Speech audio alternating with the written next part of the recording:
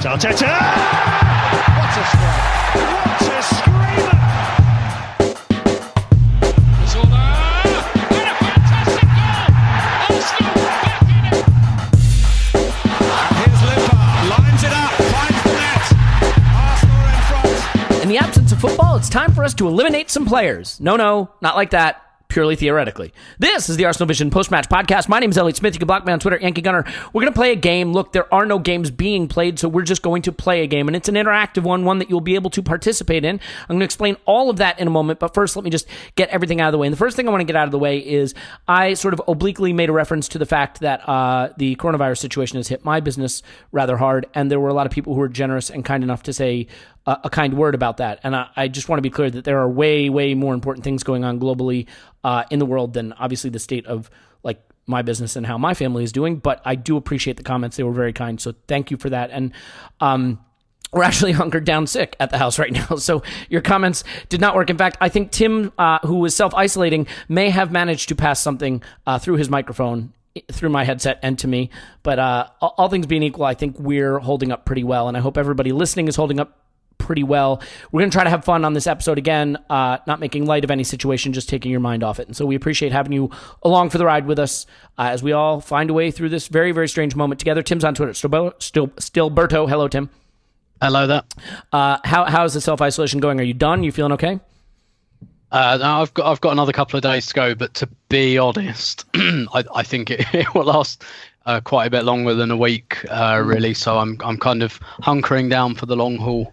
Gotta be honest, like struggling for things to get me through it. Like you can only play so much Xbox. I want to say thank you to the Star Wars movie, the latest one that came out. Like I'm not going to say it's great or not. I'm not going to opine on that because apparently that is like actually a very hotly debated topic. But I will say that them releasing it early helped get through the weekend. So that was appreciated. The more entertainment, the better. Clive's on Twitter at ClivePFC. Hello, Clive. Hello. Hello, indeed. How are you holding up? I'm good. I've discovered Netflix, actually. I've always had it. I pay for it. I never go on it. But now I thought, actually, how about I have a look around? It's actually quite good. There's a good few bits out there. So they might be the one business that is really well set up to thrive in this situation. It's going to be a lot of people that need some Netflix and chill. Also wonder if there's going to be quite a lot of Corona babies 9 months from now. You know, I mean, just with families together. I don't know if this is the kind of thing that sparks amorous feelings towards your partner, but you're stuck in the house with them, so it could be. I do want to clarify one thing. I think on the last pod, I may have sort of referenced how different countries are handling the crisis and maybe said that critically with respect to some of them. And candidly, like as I've read more, there are definitely different ways that you can approach trying to handle a crisis like this. And I think there's been some really interesting things going around about how different countries are approaching it and the different ways those can be effective and not effective. So, I think the most important thing is just that whatever path various nations and localities take, hopefully they'll be successful and we'll all be through this soon. So what is this fun game that we are going to play? I don't know if you're going to have any fun, but we're going to try. Look, right now, if you were an American, or maybe not an American, maybe just follow American sport, you would be enjoying something called March Madness. It is a tournament where college basketball teams play a single elimination sort of FA Cup style tournament to be crowned the champion of college football and college basketball, I should say. And while I am not a fan of college basketball in particular, it is quite an entertaining spectacle. Unfortunately, it is not going on. So I thought, why don't we create something like that? Now, they have 64 teams plus a couple. I had neither the time nor the energy nor the concentration to pick 64. So I picked 16 players from the Emirates era at Arsenal and created an elimination bracket, one that you will be able to find and you will be able to participate in. And in fact, it is live right now. So if you want to go there, you can go to arsenalvisionpodcast.com and under stuff, you will find Player Eliminator. You can go to arsenalvision.podcast.com/player-eliminator if you can remember all that, or you can just go to our website and under stuff, find Player Eliminator, click Vote Now. You can vote, and then we'll publish the voting after. But what we are going to do right now is we're going to debate how this should go, and I am going to run down the seeds really quickly, and then we will dive in and start eliminating players. And again, purely theoretically eliminating them, we're not actually going to eliminate any of these players. So, the 1 seeds. The number 1 seed, Cesc Fabregas. 2, Robin van Persie. 3, Alexis Sanchez. 4, Mesut Ozil. 5, Pierre-Emerick Aubameyang. 6, Aaron Ramsey. 7, Santi Cazorla. Had trouble seeding those two, by the way. We maybe get into that in a moment. 8, Olivier Giroud. Tasted copper in my mouth as I was saying that one. 9, Laurent Koscielny. 10, Theo Walcott. 11, Abu Dhabi. Clive might have thoughts on where he's ranked there, given that he was in his all-time greatest team of Arsenal players ever. 12, Samir Nasri. 13, Bakary Sagna, Tim's favorite. Couldn't leave him out. 14, Super Jackie Wilshere, who I once wrote a blog post about that he would be the World Player of the Year at one point in his career. Not sure how that panned out. Freezing Cold Takes on Twitter can find me anytime.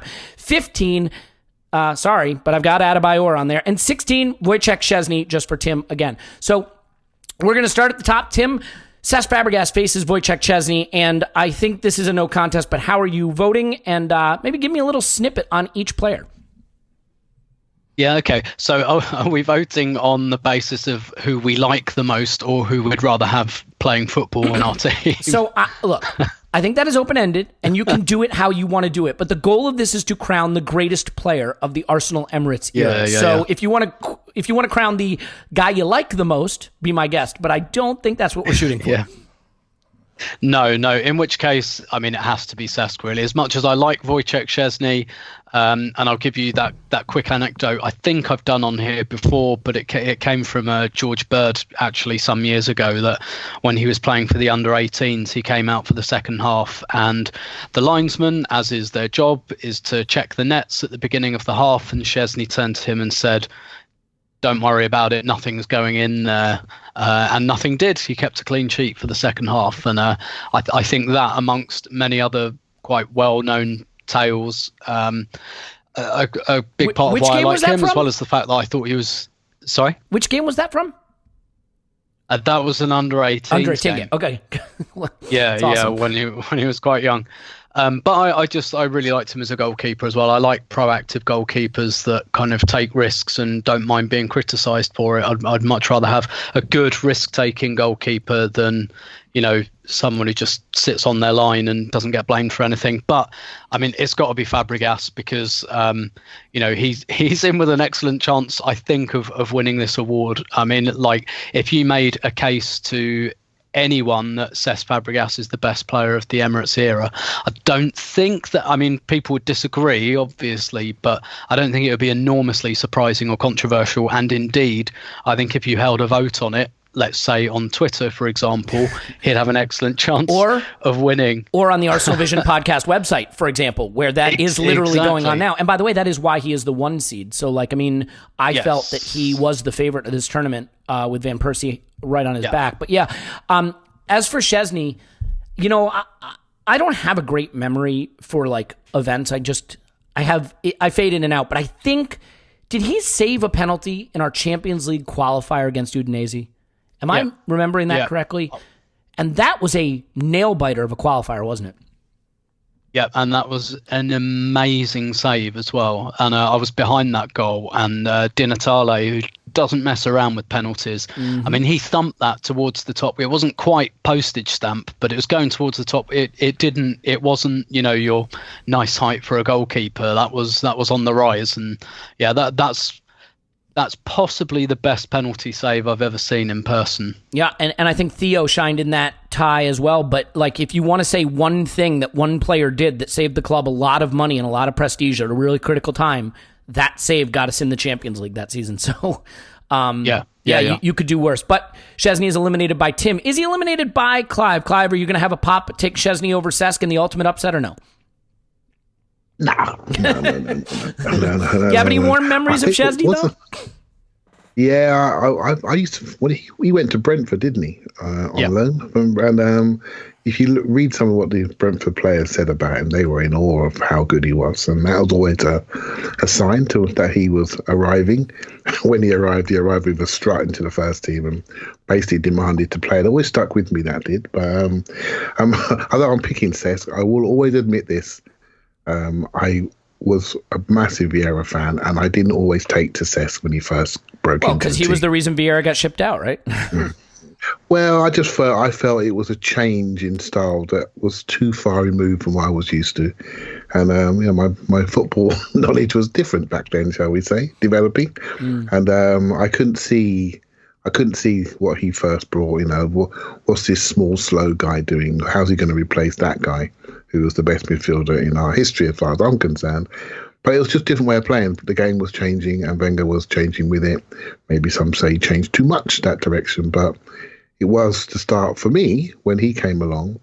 Was the start of really my football education. Really, that football came played in different ways. So it was something that it progressed throughout that period and into where we are today. So Seth for me all day long. Let me ask you an impossible question. And I'll ask it to Tim, too, because I think for you, Clive, it is going to be more painful than imaginable. Let's say we never had Patrick Vieira. But during the years we would have had Patrick Vieira, we instead had prime Cesc Fabregas. Would we have won more, less, or the same as what we did with Vieira there? I think it's a lot of what the Invincibles did was their ability their resilience. I think they're a very resilient team, and I think they had the best spine in world football for 2 years, without a doubt. And I just don't see anybody being better than that Vieira from 2000 to 2005, 2006.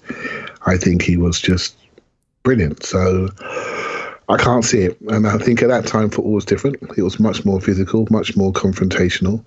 And I don't think Cesc could have done it. I think maybe the different question is, it's more of a controversial question, is could Cesc have played the role that Bergkamp played?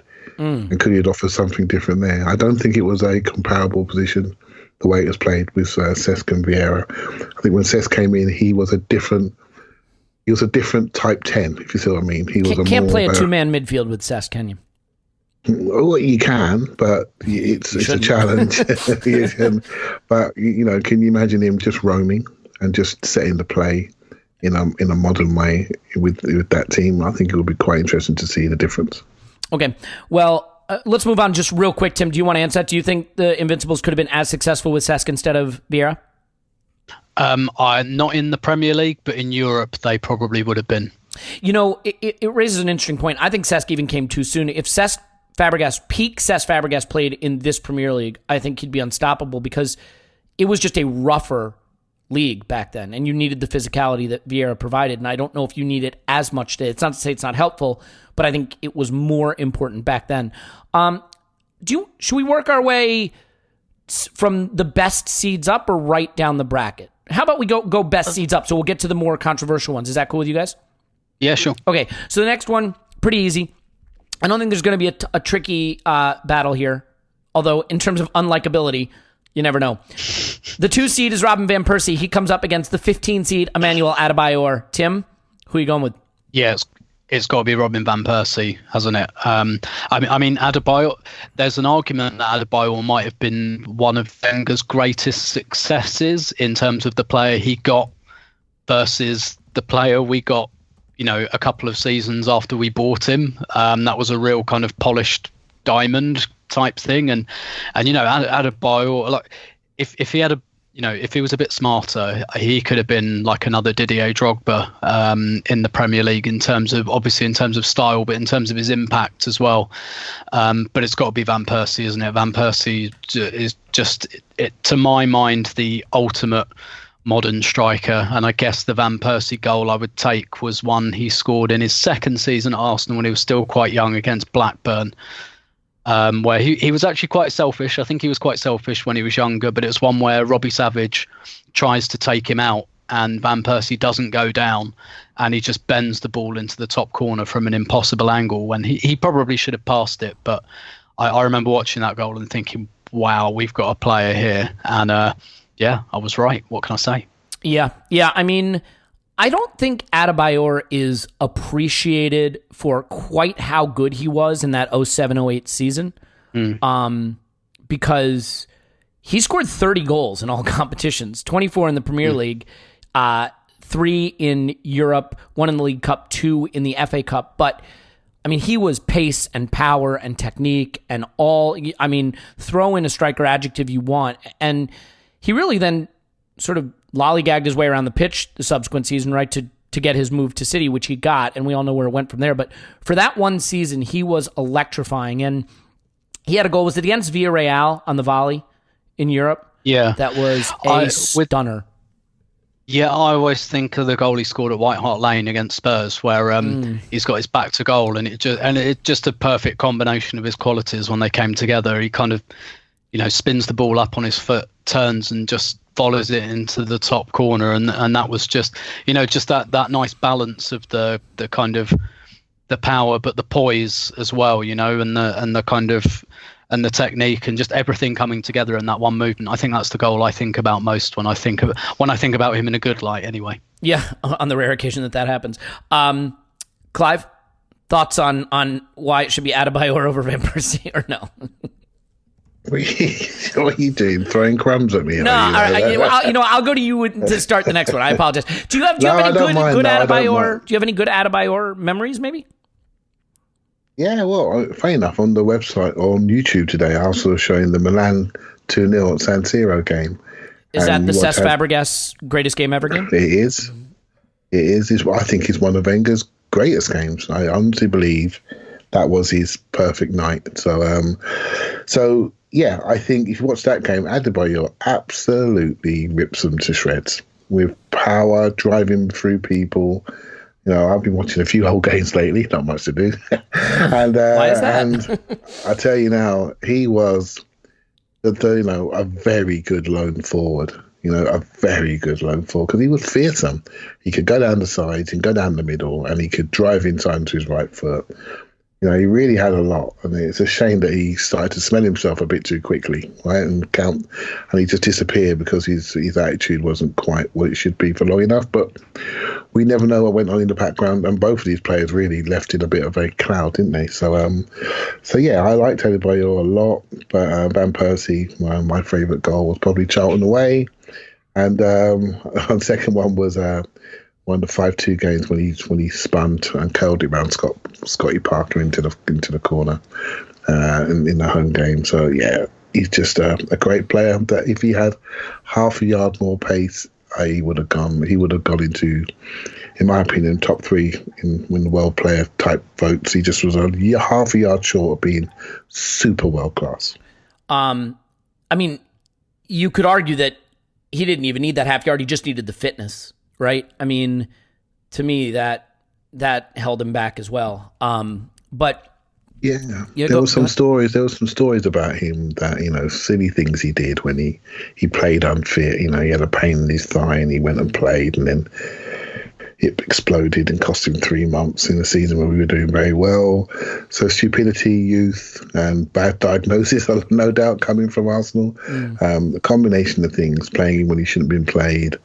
He became so crucial to us that I'm sure there were occasions when we overplayed him.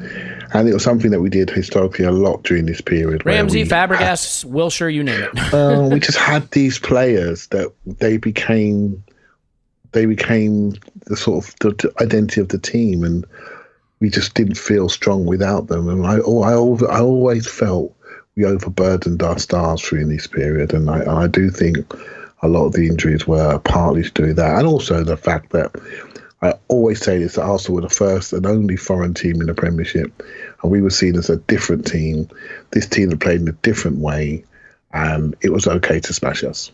Right? Yep. And that scenario went through for many, many years until the end. Some of these players said, "I'm not taking this anymore. I'm going to go abroad. I'm going to leave this team because they're not treated the same way as the other teams." And it was felt like let's try to show them that our style of football, the Anglo-Saxon style of football, is what we want to see come through. So we're going to be really hard on this team. And I felt we just weren't refereed appropriately for many, many years. And I don't see that article enough. There's somebody needs to write that, or should have wrote it. But it's something that I felt, but maybe it's just a fan in me. No, I couldn't agree more. And it cost us players. I mean, it cost us so many players through the years. Well, we're about to talk about a player that we were cost, but maybe not by virtue of refereeing, or maybe actually, depends how you see it. Well, Clive, I'll stick with you. I'll give you first shot at this. With the 3 seed, I have Alexis Sanchez coming up against the golden boy who never was, the 14th seed, Super Jackie Wilshere. Are you gonna pick the upset here, or are we going with Alexis? No, go with Alexis. And I think, you mentioned Cesc earlier with the Invincible team, but I do think this player would have got into the Invincibles, in my opinion. And I'm not sure everyone agrees with that, but at his best, he was one of the very best. So you think Jack Wilshere would have gotten in the... I'm just kidding. Alexis is who we're talking about there. Okay. No, I don't mind holding my hand up and saying when I first saw Jack Wilshere, I thought, okay, this is the player that's going to lift the European Cup for us. That's what I thought. I just thought this is it. Same. Yep. Exactly what we wanted. You want this player.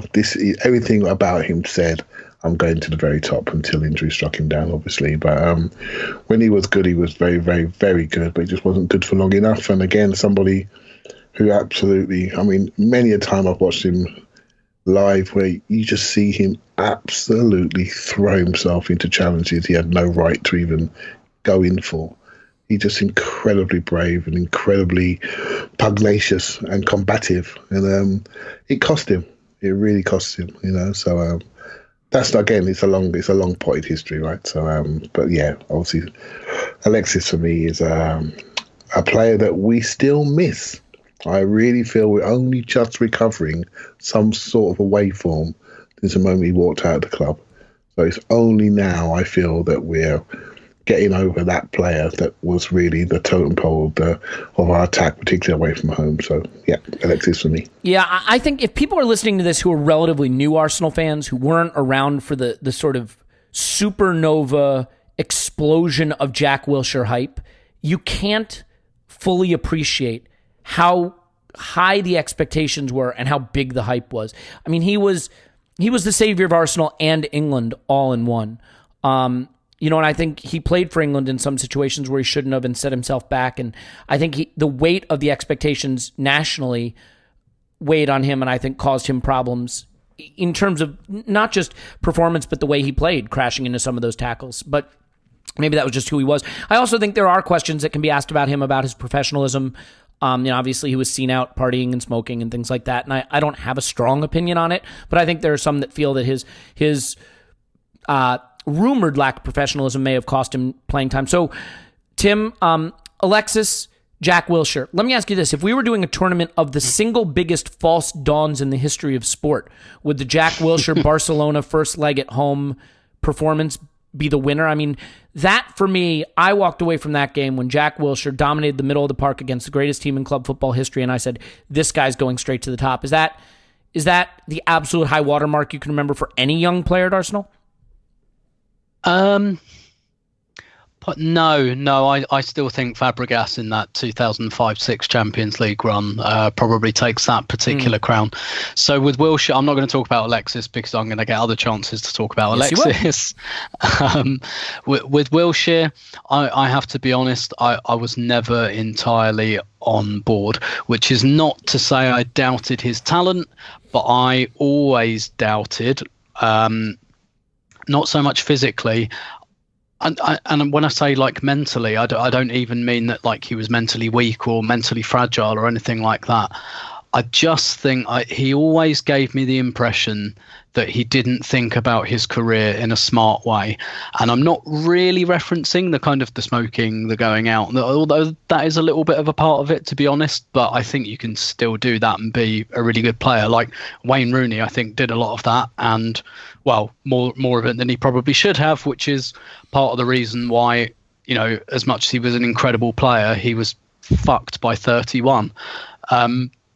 With Wilshere, it was more.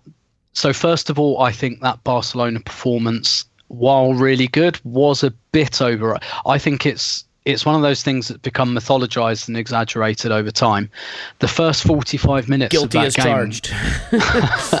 the first 45 minutes of that game, we couldn't get the ball. We couldn't get the ball. Now, don't get me wrong, in the second half, that changed, and he was a big part of that. And that second half performance from him was fabulous. It wasn't a 90-minute performance, but there were comments when he was younger and he was talking. So basically, I think that he was...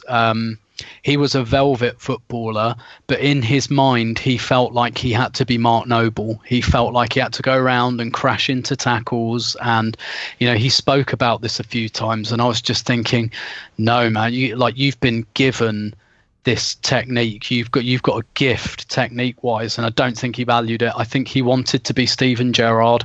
He wanted to be Mark Noble. He wanted to crash around. He wanted to smash into tackles and be Roy of the Rovers. And I don't think that's who he was. I think he could have been like more of a Xavi Iniesta type. I think he had the ability to do that. I don't think he had the brain to do it. And I was never entirely on board. And actually, I was always on the kind of, everyone's really hyping this guy, we can sell him for a lot of money. That was my thinking. Yeah, I mean, one of the things that I think is a theme. Go ahead.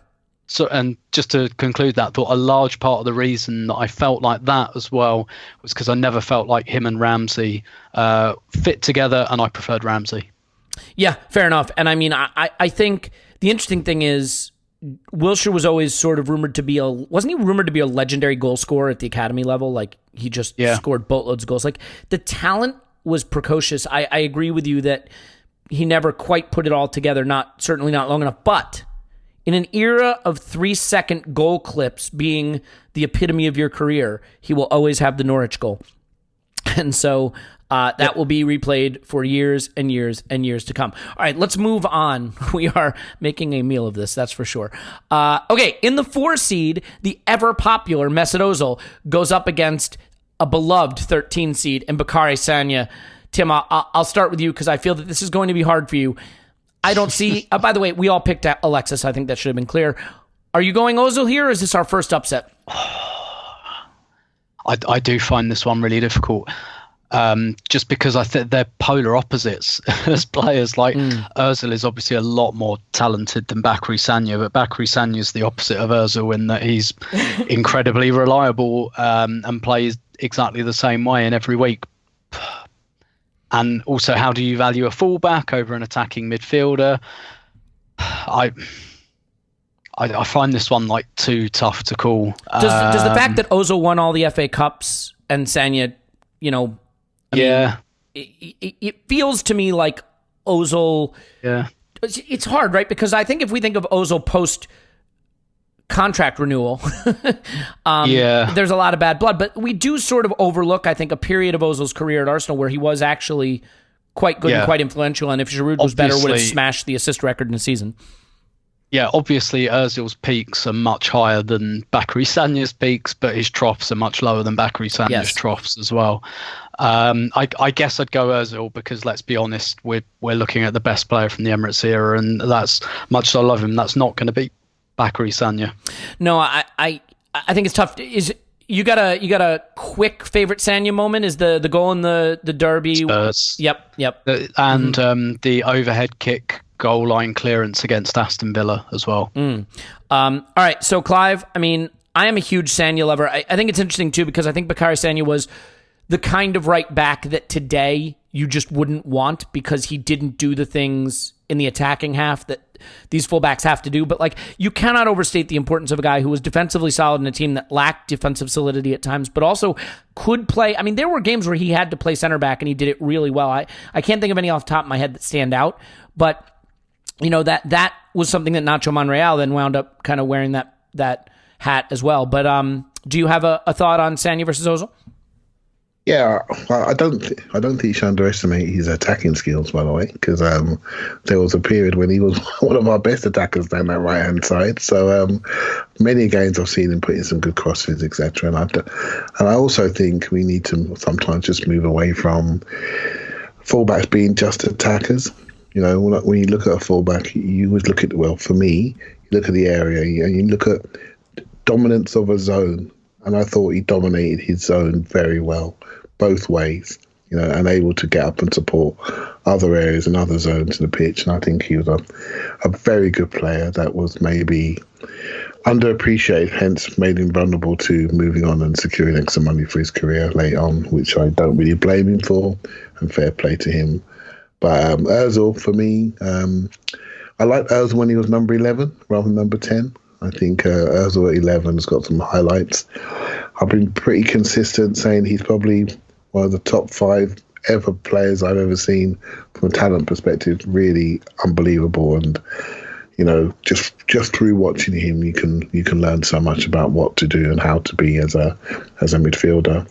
But also, there's so many other angles to it. But this is a best player talent competition, and talent-wise, some of the things that Ozil does are completely unique. And actually, were born with him. How he sees the game, how he views the game, what his priorities are in the game, just how he flows through a game. There's not many like him, and there's millions and millions of people who play this game, but I always come back to it. He has a unique way of playing and striking the football.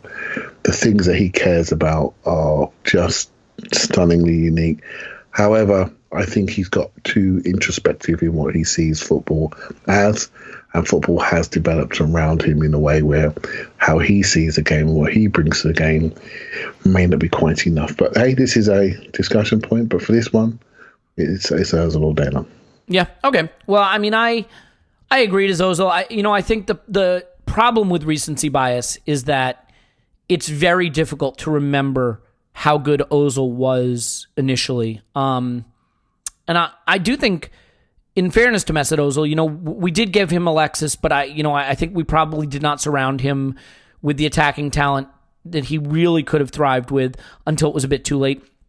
But I mean, the funny thing is, you could pick Sanya in that he was a very good player for a very long time and very solid. But I do think it's the peaks with Ozil that push him through here. So it's going to be Ozil. Let's move on to one that I think will be pretty easy.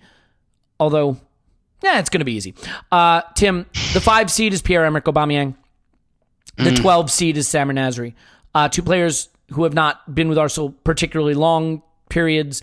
One who left in disgrace, and the other who his career may be ended by the season being canceled. So inauspicious pairing there. But for me, it's Aubameyang all day long. But do we maybe, because of the way he left, underestimate the impact Nasri had in that Theo Van Nazargas season?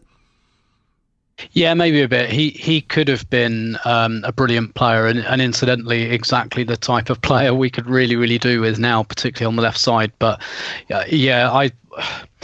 he's another one for me who's soft in the head, and you can see it with. As someone who has a newborn at home, it's just funny because they are literally soft in the head. It's just sort of a funny thing. You can see where his career's gone. I don't even know. Is he still on a drug ban or something? I mean, that question on its own, like, he's in his prime still pretty much. I think he's like 30, 31. And the question, is he still on his drug ban?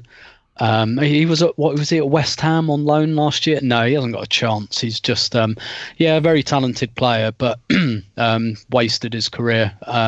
Whereas Aubameyang hasn't. He's far superior, more talented as well, I'd say, even. So, this is probably maybe even easier than Alexis and Wilshere. Yeah, arguably.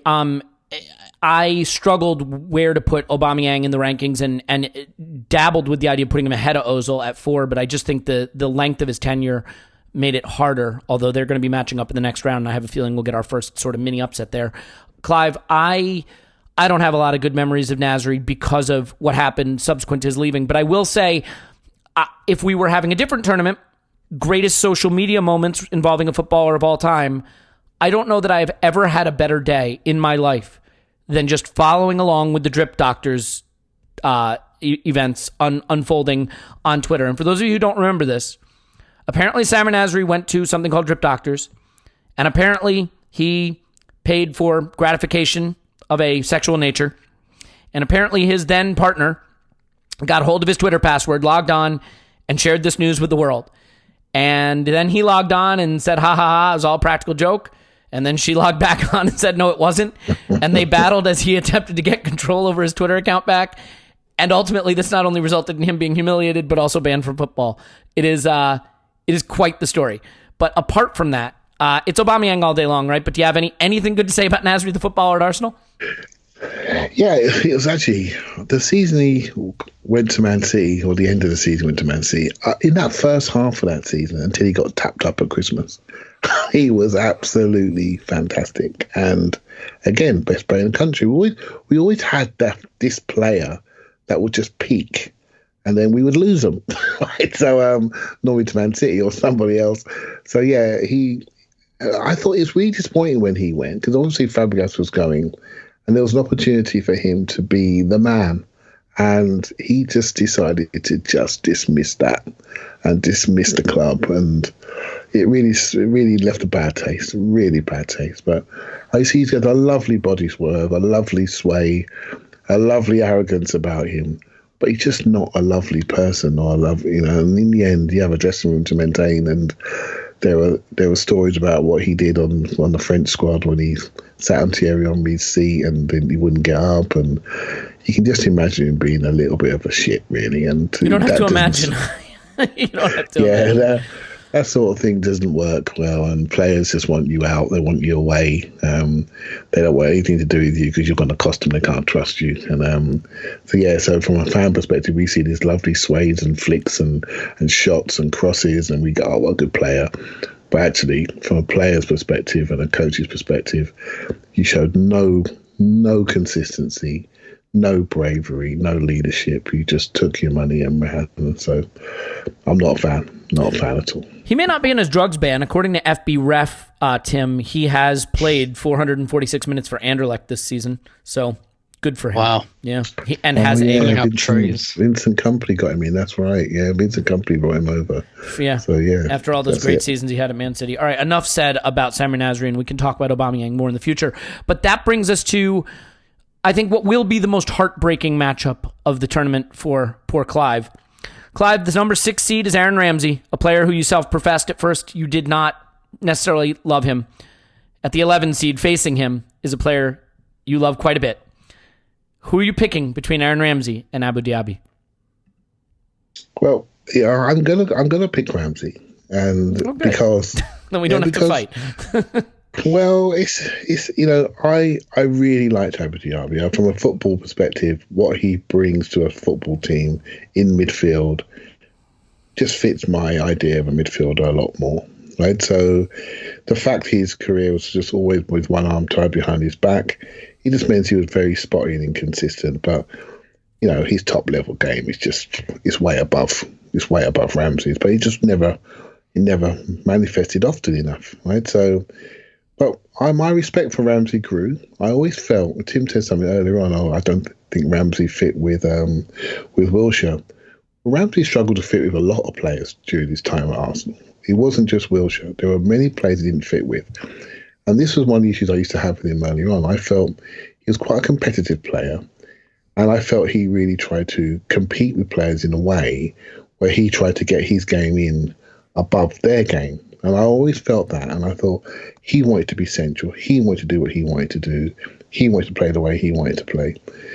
And I always stuck with me. And so, but actually, towards the end of his career at Arsenal, is when I had a newfound respect for him, because I felt when the team really needed him to do some other things and to do more than one thing, he really tried to do it. And when Ozil got his contract, and people say, "Oh, we should give Ramsey more money."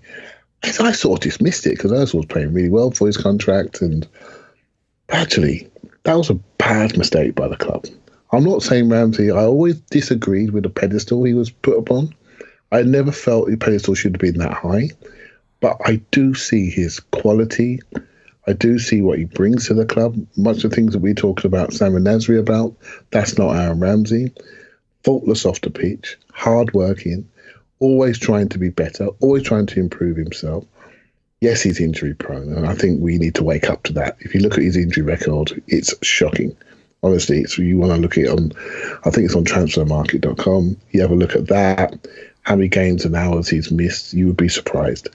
And but you can't. I always like players that want to be something, not satisfied with what they are. And so, yeah, I found a newfound respect for him towards the end of his career. And I think he wanted to end his Arsenal career in a much better way than he actually did. And strange enough, it was injury that stopped it again. But who was to know what would happen last season if he had stayed fit? Because if you put his injury and that little mini trip to Dubai, that's when things started to go wrong. So it's very interesting, his influence, and maybe I, for one, underestimated it. So, if Aaron Ramsey had stayed fit last season... I'm happy to say that. Sorry, if Aaron Ramsey had stayed fit last season, we finished top 4. I have no doubt about that. Then you get to have the interesting debate about how long is Unai Emery at Arsenal, which is, not a place we have to go right now. Tim, I don't think this is close at all. I think it's Aaron Ramsey by a mile. I do think that Abu Dhabi is a player who could have peaked at a level that maybe even Ramsey couldn't hit, but we never really got to see it consistently. He had the Liverpool game that he dominated that I think was the high water mark for him maybe. I assume you're picking Ramsey, but do you have anything to say about Diaby that hasn't been said already? Not that I haven't said already, no. Yeah, his peak is higher than, a lot of players, but just didn't put it together often enough, and I've never been convinced that was a fitness thing, because people forget that he did have seasons of uninterrupted by injury issues, and he was wildly inconsistent. I just think that's who he was and who he would have been. This one's no contest for me. Yeah, and I want to take this moment, since we're picking Ramsey here, to say there's one player not in this that I regret. Now, I thought about putting him in instead of Wilshere, but I felt Wilshere, he's a guy you got to talk about, and I thought about putting him in over Adebayor, but really at his peak, Adebayor was more influential. I thought about putting him in over a couple of different players, and in the end, I couldn't sneak him in. Maybe it should have been over Samir Nasri, but I did want to talk about Drip Doctors, so I selfishly put him in. That's Andre Arshavin, and I have to say, of all the players that have come through Arsenal that weren't long-term servants, he's one of my favorite. I just loved Arshavin because at his peak, he was a mercurial monster. The 4-goal haul against Liverpool is one that I will always enjoy. You can put that game on anytime. It is everything that was fun about Arsenal and everything that was infuriating about Arsenal. He scored some absolute great goals. But guys, I think you'd agree, if there's one player who's missing from this who deserves a mention, he's one that we just don't think about enough, do we? I sort of opened that up to the floor and didn't really point it towards anyone. But I could, yeah. Tim, do you have any thoughts about Arshavin? Yeah, I'd say kind of similar to Diaby, actually. Arshavin, the outrageous talent. I just remember Wenger saying I'd love to have got hold of him 5 years earlier. And I agree with that. I think, he stayed in Russia till he was 29. He took it too easy. He took the easy option for too long. By the time he came to the Premier League, he had the talent, but not the kind of athleticism, either the physical or the mental property to really say, right, I'm going to dominate these games week after week. And he's maybe kind of in the Szczesny category as well, in that he's quite a likable kind of fun character, but actually he kind of frustrated me quite a lot. He gave the ball away and didn't go after it, and I just think that started to happen far too often to just I put up with it with Alexis because his output was so big, but Arshavin's never got close to that. And yeah, I always actually felt that he started to become a bit of a liability, and that's why we saw him on the bench and eventually not even on the bench. So kind of fun character, huge talent, but not for me, just not there week in, week out. Loved that no backlift shot he had, though. He just a fun player when he was on his day. I think, Clive, could you maybe argue with Arshavin, and we'll move off him because he's not even in the bracket, but I want to just talk about him quickly, that the defense of Arshavin I always made in the moment, because I just had a soft spot for him, was that Arsene never committed to playing him in the hole behind the striker. He always played him out wide, and Arshavin played for Russia a lot in that hole, and he was really good there. Yeah. But that's also because he gave the ball away so often that you couldn't. Yeah, you couldn't justify giving him that free role, I don't think. I totally acknowledge that. Don't deny it. But it would have been fun to see. I also think he's struggled. He went through a period where we played him up front at striker because we had a crisis there, and I think he just took a battering. It didn't work for him. But before we get back to the bracket, Clive, a word for Arshavin, who I think. Let me just say two things about him. One, I will always love him for the goal he scores against Barcelona because it's a great moment, the moment the Emirates kind of was christened in a lot of people's eyes. I know some people are more cynical about that because it was a game that we wound up losing the second tie. But and then also because the Arscast was never more fun than when Andre Arshavin's character made an appearance on the Arscast. So I think it deserves credit for that. But Clive, a quick word about Arshavin? I think Arshavin just represents a number of players in that period. He got Arshavin, he got Fabregas, he got Nasri, he got Rosicky, he got Kaleb.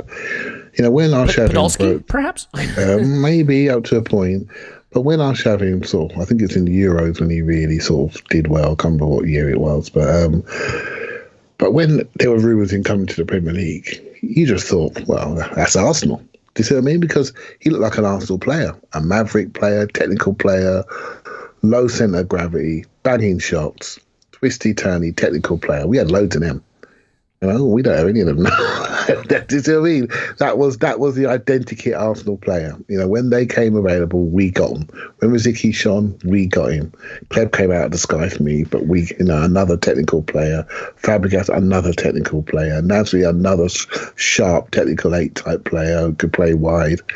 We just stacked these players out. Wilshere was obviously there. Ramsey's a little bit different. But we just stacked this. We stacked them. We stacked the deck with these type of players, almost number 10, number 8 type players. And we technically owned the ball, and teams used to drop away from us. So, and then when they got close, they just smash into us, right? So that was the challenge. But Arshavin was just another one of those. Wayne, great. When we lost the ball, not so great. And that eventually cost us when we started to buy bad defenders when we slipped down the league. So yeah, I love that. I love that player. I want to see more of those players come in. We're talking about what we talked about last week about changing football, how the game is becoming very similar coaching wise and trend wise and shape wise, and where we lose the ball, where the ball ends up. All those players I mentioned, they are the ones that smash coaching manuals, because when they receive it, they can all pass it. They can all step their man. And we need to go back to some of these players again. We need to get a few more, that explosion, that ability to quicken the pace of the game. Someone like Thomas Rosicky, a fit Thomas Rosicky in the modern game today, it's just perfect. Just absolutely perfect. And so that two-footedness, and we've got about Santi Cazorla, but it's all the same type. Oh, we have not forgot about Santi Cazorla, sure. Yeah, but it's all the same type. And we yearn for just a couple of those now. Just a couple. Yeah. I mean, that's a really good point. We had plenty of that, and the biggest issue during that period was just keeping any of them fit for any period, and that leads us to a great talking point. We're back to the bracket now, the 7-10 seeds. I have great regret about having him not be a higher seed, but I don't know who I would have put him ahead of. So here he is. In the 7 seed, Santi Cazorla takes on the 10 seed, Theo Walcott. Tim, Theo's a Centurion. He scored 100 goals for Arsenal. He had some really great seasons. In my mind, the sort of way he went out at Arsenal where he wasn't very good and was perceived as maybe not chasing things down as much as he should and, wasn't everybody's cup of tea towards the end, I think underestimates the quality that he had. And there were times when he was unplayable. I remember Pep Guardiola said he was the player that most scared them going into one of our ties, which may have just been mind games, who knows. But his pace was electrifying, and he brought something to the game that was elite. Santi Cazorla, though, with his two-footedness, he started as a left winger, moved into central midfield, and his ability to just work magic from those positions, I think, makes him a player that you would take back in a heartbeat if he could have just stayed fit. So not as easy and straightforward a matchup as I would think, but are you going Santi here? I am, yeah, but I do think this is a really tough one, and I wouldn't, as much as Theo wasn't always my cup of tea either, I wouldn't call anyone an idiot for going for Theo here. It's kind of a battle of opposites again, because in Theo you've got the ultimate, or at least he was for most of his time at Arsenal, the ultimate end product player who probably couldn't do anything else even vaguely competently at times, but man, he could produce end product. Whereas Cazorla, I think, is the complete opposite in that you don't get a lot of kind of goals and assists, particularly if you take penalties away. But what you get is the ultimate build-up player, the guy that can do everything else. I mean, having them on the same team as we did is quite handy because they kind of complete each other. But yeah, I would go for Santi. I wouldn't, as much as Theo frustrated me quite a lot. We're seeing right now, aren't we, how difficult it is to get a wide forward that guarantees you that gets you 15 to 20 goals and nearly as many assists a season. That's difficult. That's gold dust. And I think we'd all take that back right now.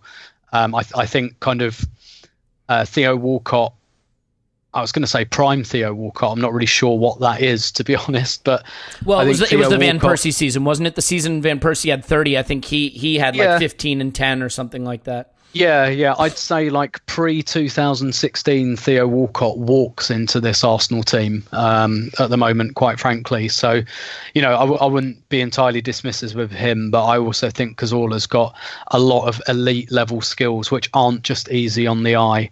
They happen to be incredibly useful. And again, it's another thing, a bit like Alexis, it's just something we haven't been able to replace, and there's a reason for that because it doesn't exist in many players. Yeah, I think Santi Cazorla probably is the reason we wind up coming back to beat Hull, right, to win our FA Cup. He had a lot of really high moments. I just don't think we necessarily appreciate the high moments Theo had, and we mentioned that Udinese Champions League qualifier, by the way, and Didn't he have an electrifying goal in that game where he raced the length of the pitch? Yeah. Took it early, right at the edge of the box, passed it into the right lower corner. Yep. Yeah, and I guess there's almost an element of recency bias here in the way their Arsenal careers ended. Santi on a massive outpouring because he had such a bad injury, and we all loved him anyway. But that absence makes the heart grow fonder and all of that. Whereas Theo's Arsenal career really petered out, and he's gone to Everton, and he's not done an awful lot. And kind of Theo's still very much in our eyesight, whereas Cazorla just kind of disappeared, and now he's doing very well at Villarreal. So there's the emotional aspect to it as well, which potentially biases you towards Cazorla. But I'm even taking that out of it, I'm still going with Santi. Yeah, I mean, if Theo hadn't gone through that whole period where he was like, I'm a center forward, like maybe if he had just like thrived on the wing and stayed on the wing, he might have been fine. I will say that like one of the best abilities of a top level athlete is availability. And Theo did have periods where he wasn't available. I mean, remember Santi as being hit by injuries, but Theo missed a lot of football. I think he had shoulder issues at one point, if I remember correctly. Clive, let's start to wrap up this first round, and then we'll speed through the other round subsequently. Got one more bracket in this one. But with Theo and Santi, I assume you're going Santi, but do you have some love for the underappreciated toaster-winning Theo Walcott? Santi. Theo's had a great career. You look back and think of his career. He was plucked from a youth into Arsenal's environment. Thrown into an England environment quite young. Always earned good money, negotiated contracts very well, scored lots of goals. Yeah, he's had a fantastic career. And there were many frustrating days watching him lose the ball back to goal, run into crazy dark areas where there was no light and no option to get the ball to another player. And then bang, something would just happen perfectly and he would run onto it and you would just know it's a goal. Fantastic finisher. Much better finisher than people realise. And that's probably why he wanted to be a centre forward without recognising that on that right-hand slot, when he was good as anybody in that slot when he was good. If you'd have focused on it and stopped reading where you thought he should have played, he could have done even more. And I always go back to that Aston Villa team when he scored in the cup final, and the way him and Alexis switched in that game. Ramsey coming from the right, Cazorla and Coquelin in behind. I really like that team. And I like the balance of it. And it's something that he offered a lot of balance to our team. Always gave us an outball. Always kept fullbacks back. You just don't realise this stuff until it's not there anymore. Always retained his width. Always kept people honest. And yes, he didn't quite do it for softly enough, because when you see a fast player, you always think they can run fast all the time. It's just like a bias you have. But it's not always the case. But yeah, I liked him a lot. But yeah, no contest.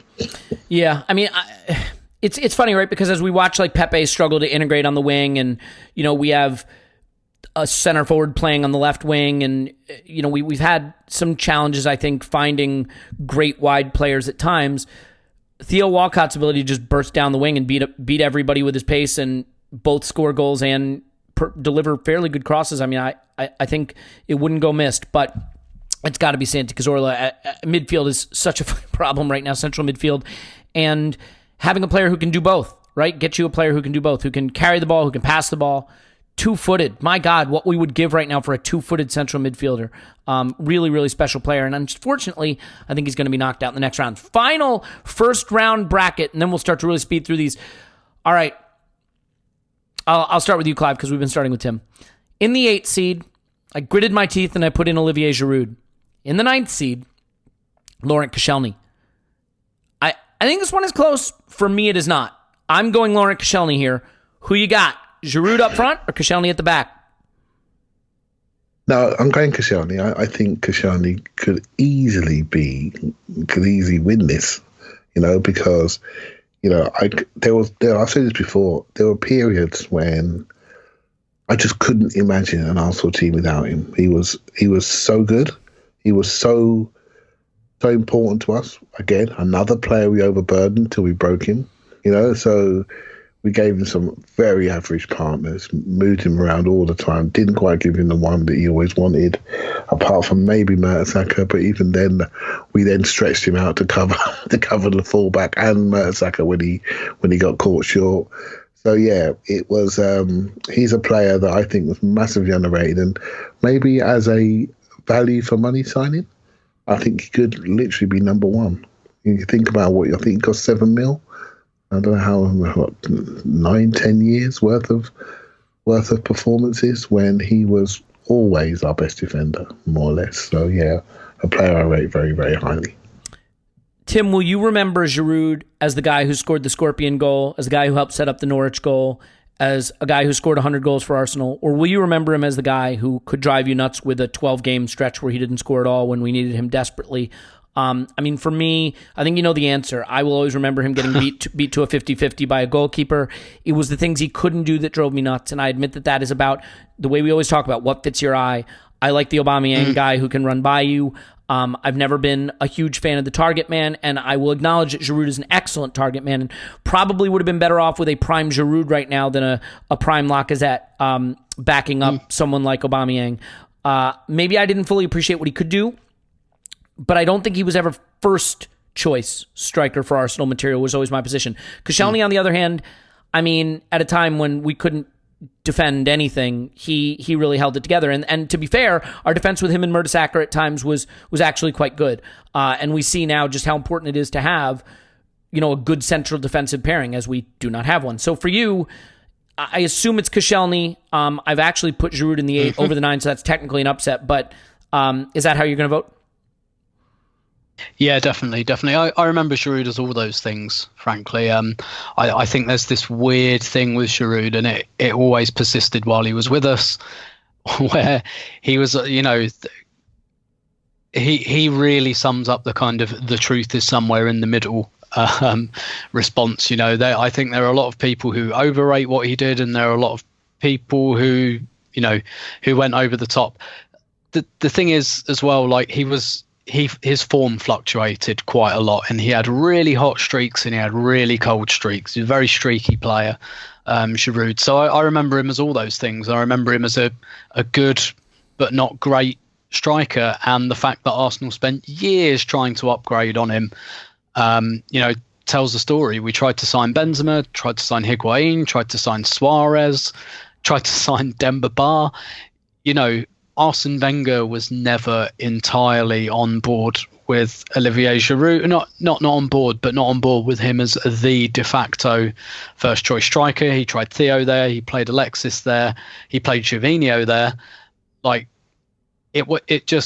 Giroud is. I think Michael Cox said on the Totally Football show last week that Olivier Giroud is the best player at being Olivier Giroud in the world. By which I think he meant kind of he's the best, the absolute, backup plan B striker. That's exactly what Chelsea have done with him as well. You don't want him starting, for your whole season, but, if your striker gets injured or you need a bit of a change up front or you need to change something from the bench, he's probably the best about. But yeah, again, we're talking about, the best Arsenal player of the Emirates era. That's not going. It's probably not going to be Koscielny either, but there's a better chance of Koscielny than Giroud. Yeah, and I think it's hard, right? Because we bring up the things Giroud didn't do well. Koscielny, I don't think we as fans appropriately value or I don't think we have ever really. Koscielny finished strong. He got better and better.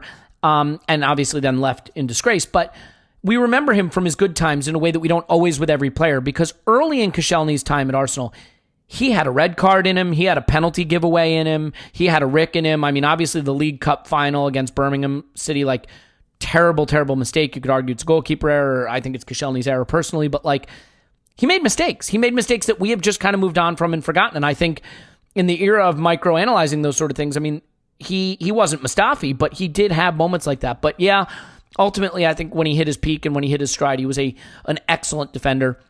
And probably at one point, I mean, would have gotten into every team in the league, certainly, but might have been a player who could have been in any central defense in the world, potentially. So yeah, for me, he's the guy. Let's go to the second round, and we can start to move through these quickly now as we hit the hour mark with one round. I guess we could have broken these up into multiple pods, but we're not going to do that. We're going to soldier on and just move quickly. So, Clive, we'll get this one out of the way pretty quick. Cesc versus Koscielny is, for me, no contest. It's Cesc Fabregas. Do you agree? That's the 1 versus the 9 seed. Yep. So we are moving Cesc into the semifinals. Well, I say that. We haven't asked Tim yet. Tim, I assume you're going to say, yes, painful as it may be, it's Cesc over Koscielny. Yeah, absolutely, no doubt. And it's the quarterfinal bracket. He's moved from the quarters into the semis there. Yeah, that was the quarterfinal bracket. Yep. Yes. So correct, Cesc now goes into the semis. I realize we haven't been in a semifinal in a while, but that is in fact how that. Actually, what am I talking? We were in a final last season, like the last 2 seasons. We're not semifinal. Anyway, ignore me more than usual. Let's go down to the bottom. This is a tougher one, but I think it's got to go only one way. Tim, Santi Cazorla versus Robin van Persie, the 2 versus the 7. Are you picking Van Persie here? Yeah, I am. Yeah, I think you got to go Van Persie, and we'll just confirm that with Clive. Clive, are you going Van Persie over Santi Cazorla? Yep. Yeah. I mean, I think you could have made an argument for Van Persie to be the 1 seed, but we'll see how that shakes out when we get to the final, which I imagine he will be in. Although maybe not. Could be upsets. All right, now we get to the slightly harder ones. I'm going to do the 4 versus 5 matchup first. This is the tough one. Tim, it's Aubameyang at 5, Ozil versus 4 at 4. What are you doing?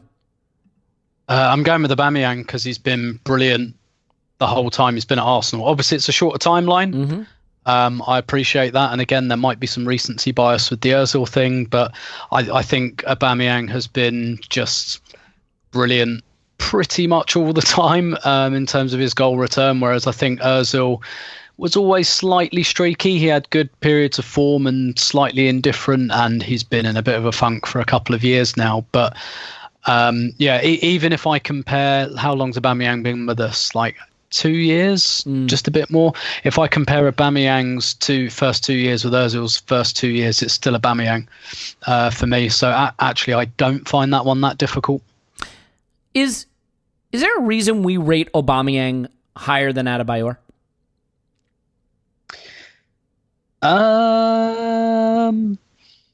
Possibly because Adebayor.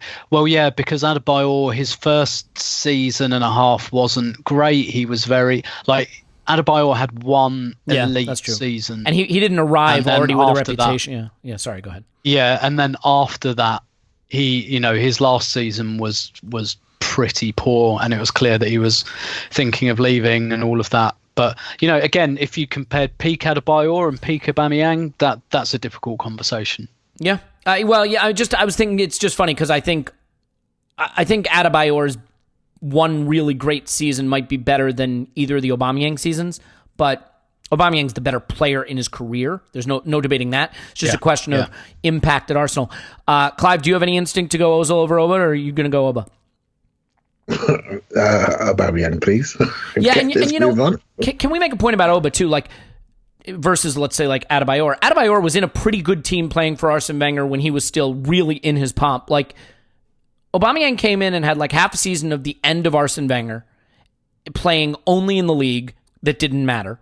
And then he had a season playing under Unai Emery, who, as we all acknowledge, is trash. And then he's had another half season under a worse Unai Emery, and then a transition to Arteta, all while playing a lot on the left. Like, what he's accomplished, I think, is pretty remarkable in a team that has been tumultuous, to say the least. The hardest one of all, I don't know how you pick this. 3 versus 6. Clive, it's Alexis Sanchez versus Aaron Ramsey. Alexis. again, I do appreciate certain players. So scoring goals in FA Cup finals don't count for you? Is that what you're telling me? Well, they counted when I was there. Yeah. All right, fair enough. I counted when I was there. I must admit, they were very happy days. Very happy days indeed, and nights. So yeah, it's very good. But yeah, I just think, Alexis was maybe like I say, the one player that could get into the Invincible team for me on pure talent. What he did when he was good, he was very, very good. He was like by a mile our best player. So yeah, I just think his level is just way up there, different class completely. So Alexis for me. Yeah, I find this one really difficult, and I might have to break a tie here depending on what you do, Tim. So don't make me do that. Just pick Alexis, make my life easy. But where are you going with this? Yeah, Alexis. And on the Cup Finals point, Alexis scored in the 2015 FA Cup Final, the 2017 FA Cup Final. Fair. He scored both goals in the 2015 semi-final, and he scored the winner in the 2017 semi-final against Man City. Fair enough, but does the goal against Chelsea that he handled and was offside for still count? I don't think VAR is that vindictive. I don't think it retrospectively... Yeah. We'll take that goal away. So yeah, Alexis all the way. I have a harder time with this. I think it's closer than Alexis all the way. I think it is Alexis. And I mean, when you look at the stats, my God, I think people have forgotten. I mean, Alexis had a 26 goal, 10 assist season, something like that, or 12 assists, something like that. I'm not looking at it because you can look it up. But, and he was a shot monster, an assist monster, a key pass monster, dribble monster. But we didn't work without Ramsey.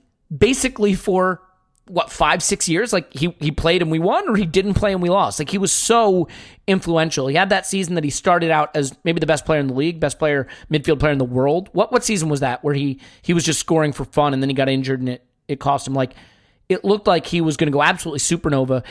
It is so rare to find a midfielder who scores goals, as we now know. And this was a midfielder who could run all game, 90 minutes, unstoppable engine. And the issue for Ramsey, like so many of these great players we've had, was staying fit. Moved to Juventus, not working out for him. But I will pick Alexis because I think ultimately, when you can score goals and provide assists at the rate he did, you just can't replace that. This is a low-scoring game and still about scoring goals, and he did it. But Ramsey also, is there a better goal that you've seen scored that wasn't a team goal than the meaningless long-distance monster volley that was it against Olympiacos in Greece? Galatasaray in Turkey. That's it. Yeah. That's one of the greatest goals I've ever seen scored. I mean, it's astonishing.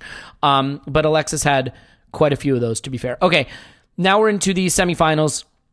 I think the first semifinal is pretty easy. To be fair, I think the semis are easy. It's going to be the final. It's going to be hard. Clive, do you have any trouble picking between Cesc and Aubameyang?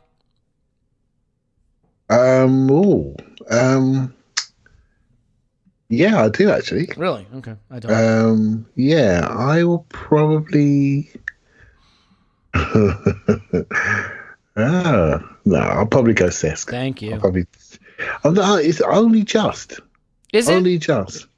I'll tell you now. I really do like the influence that Aubameyang has on the club, and I say that knowing that he could leave in 2 minutes. So he has been amazing on that end. You're absolutely right about that.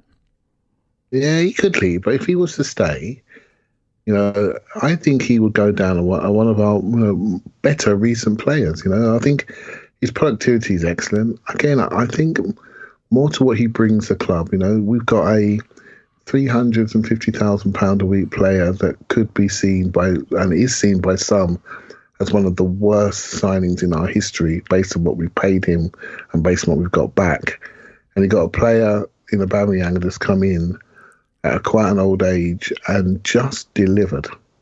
He has scored more goals than anybody else in that period as he arrived here. And so, football is about that. And sometimes we underestimate that. We get a little bit romantic about the passing and the tricks and we get a bit like that. But hold on a minute, put the ball in the flipping back in there. But Chelsea fans used to laugh at us. We're stroking the ball about, and they just give it to Drogba, and he smashes it in the net, and we go home crying from Wembley, which I did a couple of occasions. So it's like, when it comes down. In fact, I'm gonna make. In fact, I'm talking myself out of it. I'm going to go Aubameyang. No, God, now I have to break the tie, and everybody knows I love Aubameyang, but I'm not going to do it. All right, Tim, just say Cesc, and I'll say Cesc, and we can move on. Is it Cesc? It is, yeah. But what I would say is I do think it's close. And I think it's a point you've made many times.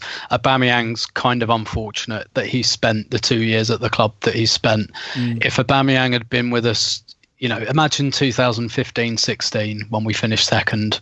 Imagine Aubameyang up front in that team. We'd have won it. Leicester had Jamie Vardy. We had Olivier Giroud. And I think that was a big part of the difference. So do you remember we did that pod, was it a few months ago, where it was like, which player would you take for which era? And I think I answered Aubameyang 2015-16. So in many respects, he's pretty unlucky to have come during transitional time. Although you could say the same for Cesc Fabregas, although I think that worked in Cesc's favour because it meant we built the team around him, which is what he needs. But nevertheless, that did, I've got to deal with the facts. That did happen. We did build the team around Cesc Fabregas. It did really suit him, and he did it amazingly well. So that's kind of unlucky for Aubameyang, but that's the way the dice falls. Yeah, I mean, Fabregas was really, really, really good. And he did so many amazing... There was an Aston Villa game that we were losing, and he was injured. And we brought him on anyway. And he came on, and he played for like 20 minutes, turned the game, won us the game, and then went off injured. And I think the way he went off injured, wasn't it a goal kick that he deflected back into the goal and like broke his ankle or something doing it? Or like, do you remember that was a goal against Sunderland. Was it Sunderland? Okay, Sunderland maybe, yeah. He did his hamstring blocking a clearance, which went in, and then he had to go off. I'm conflating two games, because there was a Villa game, right, that we were losing, and he came on and dominated and turned the whole game around. And then did his hamstring and went off. Yeah, exactly. So there was a lot of that. In 2009, 2010 in the league, he played 26 games, started 26 games, and had 28 goal involvements, 15 goals, 13 assists. I mean, he just an absolutely extraordinary player. And as much as I love Aubameyang, I have always felt that at his peak, Cesc Fabregas was the best midfielder in the world. He was definitely the best player in the Premier League. I think he was underappreciated. I think Barcelona fans underappreciated him, frankly. Not that that's any of my business. But yeah, an absolutely extraordinary player. And one of the lowest moments for me with Arsene Wenger, with the club, was when we decided, because we had Ozil, not to go back and get Cesc again. We've done a Would You Rather pod, but I would trade the Ozil years to have had Cesc come back and never gone to Chelsea. Because it is, to me, the saddest thing about it is Cesc will retire, and there's just no right to claim he's an Arsenal legend, when had he come back, he could have completed his story at Arsenal and been an Arsenal legend and someone that we could just unabashedly love. I mean, this is a guy who we know, used to read Arsblog, like just a guy I loved and wanted to be close to, and now I can't be. Anyway, before this gets weird, may have gotten weird already. The other semifinals, Alexis versus RVP. Two extraordinary talents that did it in slightly different ways. But Tim, do you have a direction you're going here? I think I'm going to go with RVP. I think Santi Cazorla was great. But let's take this outside of Arsenal. Who was the best in their position? This is Alexis versus Van Persie now. We're on to Alexis Van Persie. Yeah, this is the semis. Sorry, yes. Yeah. Okay, that is more difficult, but I am going to go with Alexis. Really? Over Van Persie? Holy cow, it's a shocker. Do you know why I'm going to do that? Just purely that. So first of all, Alexis had assists and goals. But I also think durability. If Van Persie, like Alexis was, and we've seen how this has turned out for him in the long term, but he was a machine in terms of the games he could play and the amount of workload. Whereas, Van Persie, unfortunately, I'm not saying this is his fault per se, but he was injured quite a lot. So I'm going for Alexis in this one. It's very difficult, and again, I wouldn't call anyone an idiot for going the other way, but I just think Alexis had slightly more to his game, and he was slightly more durable. Yeah, I mean, so here's the thing. My instinct is that Van Persie in 2011, 2012 was the best player in the league, one of the best players in the world. If Messi and Ronaldo didn't exist, he had 30 goals in the league and 10 assists, 40 goal involvements in 38 games played, 37 starts, 30 and 10. That's just in the league. Just absolutely extraordinary. I mean, to be fair, he only had another 4 goals in Champions League that season as well, so 34 goals. just a really extraordinary player, and who knows what would happen if he hadn't been sent off wrongly at the new camp in one of the greatest miscarriages of justice I've ever seen. But you make a really good point, Tim, that I guess I haven't thought through enough, and this goes for Aubameyang too, right? Which is that, like, a lot of these players are elevated in our minds because they had a good season or two good seasons because they just weren't fit any of the other times. And so you're extrapolating from very limited stuff. I mean, to be fair, Van Persie played one season for Arsenal, really, one fit season. Now, I would say the half season he played before that amazing Supernova season was just as impressive, just in fewer games. But again, it was fewer games. And to your point, let's go back to Alexis with Arsenal. He had the last season, he only had 17 games because he left midseason, but 36 games started, 28 games started, 34 games started. He had a 24 goal and 10 assist season. So yeah, I mean, you're right. Durability, maybe it's something we don't appreciate enough. Aubameyang too. I mean, guys that just are always available. Yep. And that's the thing with Cesc as well. The thing that would maybe count against him, I'm sure we'll get onto this argument, is he was injured quite a bit as well, and that's why with the Aubameyang Cesc argument, it's kind of their different sample sizes. But Aubameyang, a bit like Alexis, always fit, always playing, always producing, and has done that consistently. Like there's been no spikes, there's been no like peaks and troughs. It's just. And again, that may be just because Aubameyang hasn't been here as long, and Alexis wasn't, was there for 3.5 years, and so it's a little bit apples and oranges. But for me, like I think durability. These are fine margins now. We're talking about great players, so durability does it for me for Alexis over Van Persie. Interesting. And just to my point about Van Persie, so the 2011-12 season when he had 30 and 10 is pretty amazing. The 2010-11 season where he only started 19 games. To be fair, he made 25 appearances, 18 and 7. So, I mean, he was on pace for another monster season then, too. That left foot was ridiculous. I mean, he scored some of the greatest goals I have ever seen. Some of the volleys he scored was at the Newcastle one, too. He scored some really important ones. Like there were just so many good moments with Van Persie in that season where he scored 30. But, yeah, I mean, Alexis was consistent. Alexis won the trophies, and Van Persie didn't. So, Clive, you're going to have to settle the argument. Is it Van Persie or Alexis? Alexis, mate. All day. Really? Easy. Wow. I was going to go Van Persie, but I have to update this. I shouldn't have told Tim that he was up against Alexis. I should have just let him think it was still Santi, but okay. All right. Here we go. Alexis into the final over Van Persie. That's a huge upset. Holy cow. Okay. Not really. All right, no. So, do you want to say a word about it? You're good saying Alexis and move on. No. Tim's done a great job there. There's no need to.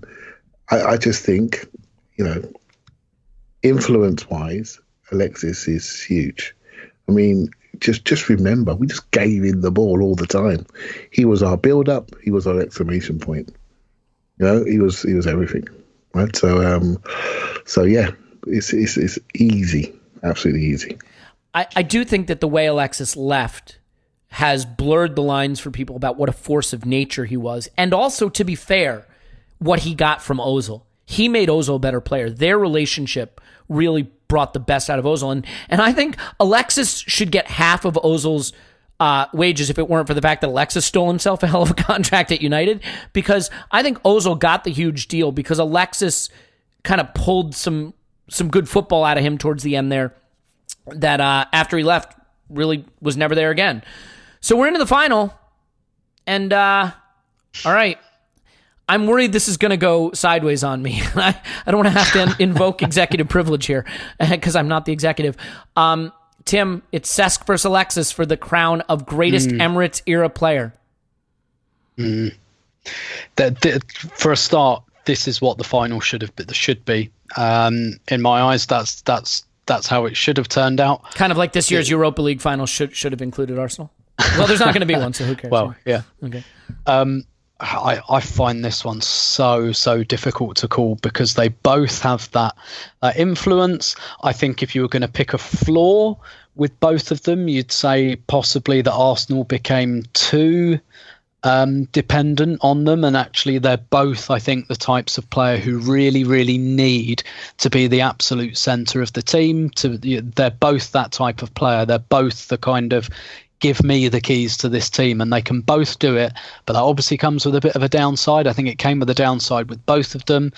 For Fabregas, it meant we had a central midfielder who didn't really have the physicality for a central midfielder. With Alexis, it kind of just meant that in the final third, particularly towards the end, we were just giving him the ball and, letting him just try and batter the door down on his own by force of will sometimes. And I'd argue that got worse just because the quality of player around him got worse. So I find this one so difficult to call. Alexis has the durability, perhaps, that Fabregas didn't, but Fabregas has longevity. He was at the club for a slightly longer period of time. So I think those two elements kind of cancel each other out. But I think I'm going to go with Fabregas. Yes. Yes. So there was a time when Fabregas lifted his game in around 2007, 2008, and it took account of goals as well. We had this scenario where not only was he dominating games from the centre of the park, he was sticking the ball in the net or providing assists at the other end as well. And that's exceptionally rare, to have a midfielder that is the technical point of your team, but then also provides the end product as well. And I think he did that for a couple of years, and he did it extremely well. But this is so hard to call. I'm just going with Fabregas. I will tell you why I agree after Clive tells us if he does agree. If we get to break a tie here, that would make me delighted. But Clive, are you going Alexis or Fabregas? I'm going Alexis. I think the reason why, although Tim's covered everything really beautifully there, but I will say that Fabregas was in a team which was built for him. I think we overburdened him slightly, but he had like-minded technocrats around him, and he spent some time with Thierry Henry, which is obviously that's not the worst player in the world to play behind, and I think there are players around him, Caleb, Rosicky, Flamini, all around him, Van Persie, that were really just very much like him. They were wonderful football players, Nasri for a short period, really good football players, really technical football players. And I think he was just the one that elevated himself slightly above those players. And obviously when he moved, the pecking order changed, etc. But with Alexis, we just gave him Ozil, basically. And Ramsey was trying to get a bit of the shine, and I think the quality of player around him was decreasing. That's the period when Wenger, I think, messed up his recruitment significantly, messed up his contract renewals, and we said to Alexis, can you just carry this club for a little while? Which he did manfully. And so for me, I think it's Alexis. I think he's, for me, the best player that's played at the Emirates in this sort of era. And if we had the Invincibles today, he'd be the one player I think could walk that team, get into that team and play like them. So yeah, it's Alexis for me. Yeah, look, this goes back to something we said at the very beginning of this podcast, something Tim asked, which is, are we picking the best player, or are we picking the player that we feel the most affection for? And when you get to this point, I think you have to blend the two. The story of my Arsenal fandom for a long period was woven together with Cesc. He felt like one of us at the time. It was a transition from the Invincibles to the Emirates era, and he sort of bridged that gap, and he was the kid who was going to grow into a man and a leader and become the guy who brought the club back to prominence, kept the club prominent. He graduated to wearing the armband. He had so many influential moments. There the derbies that he dominated. There were European nights where he was unstoppable. I mean, obviously there was the game at the new camp that was a bit of a disappointment with the back heel on the edge of the area and all that. But I just loved him. I loved that he was a technical player who had flair, but also was spiky and, got into it. Was it with Phil Brown that he was at the infamous wearing clothes debate fight that they had? There were just so many things that I loved about Cesc. Pizzagate. he really felt like one of us, and he's someone that I had great affection for. But at the same time, it wasn't purely emotional. It wasn't purely, like a Jack Wilshere felt like one of us, but didn't live up to the hype kind of thing. I mean, he was as good as you could want to be, good enough that the greatest club side of all time was trying to Barcelona DNA their way into getting him back. The way he left certainly dings him for some people. It doesn't for me, and I realize that might make people angry. And that's just where I was emotionally with him at the time. So I just feel that he was an extraordinary player, and we got to see him go from kid to man and become an extraordinary talent. That's not to say that Alexis wasn't, but Alexis never felt like one of us totally. He wasn't a prominent part of Arsenal in the way that Cesc was. At one point, Cesc was Arsenal for me in a way that Alexis never really felt. I will say that's some of that's communication. His lack of language. I totally agree with everything he said there about the how he felt, and obviously particularly from afar, you connect with people. I think Alexis was very difficult to connect to, but football. I'll just talk about football really. But yeah, I take your point 100%. Yeah, and I mean, there was an amazing stat, and I'll get it wrong, but it was something along the lines of like 2 years after Cesc had left and been at Barcelona, over the previous 5 years, he still led the Premier League in through balls. He put up some stats from a passing standpoint that were like lapping the field. And as great as Alexis was, and he was absolutely extraordinary, I also felt that Alexis was extraordinary at a time when the club was declining, and Cesc was extraordinary at a time when the club felt like it had something special, that project youth and some of that crop of players, and he was the leader of that group. So it resonates for me more. But that doesn't mean I'm right, but I do get to break the tie. And that means we crown the greatest player of the Emirates era at Arsenal, Cesc Fabregas. Look, I get it. Alexis left for United. Van Persie left for United. Cesc left for Barca and went to Chelsea. Like, the Emirates era, if it's been punctuated by anything, you could argue that the single biggest thing it's been punctuated by is the players we loved fucking off in terrible fashion. Nasri to City, Adebayor to City, Cesc to Barca, then Chelsea, as I mentioned, Van Persie to United, Alexis to United. Like, Koscielny went and just like abandoned us in need and like begged away. Like, we had captains leave under terrible circumstances. Hell, we lost freaking Alex Song to Barcelona, Leb to Barcelona. I mean, a lot of weird departures punctuate this period, but for me, Cesc Fabregas is a deserved winner. Hey, look, coronavirus be damned. We put together a 90-minute freaking podcast.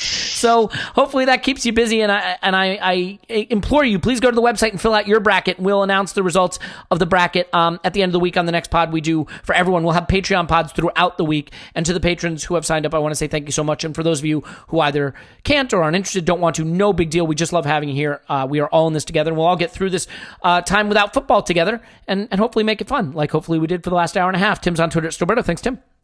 My pleasure as always. Clive's on Twitter at ClivePAFC. Thanks, Clive. Thank you very much. My name is Elliot Smith. You can block me on Twitter, Yankee Gunner, certainly advisable.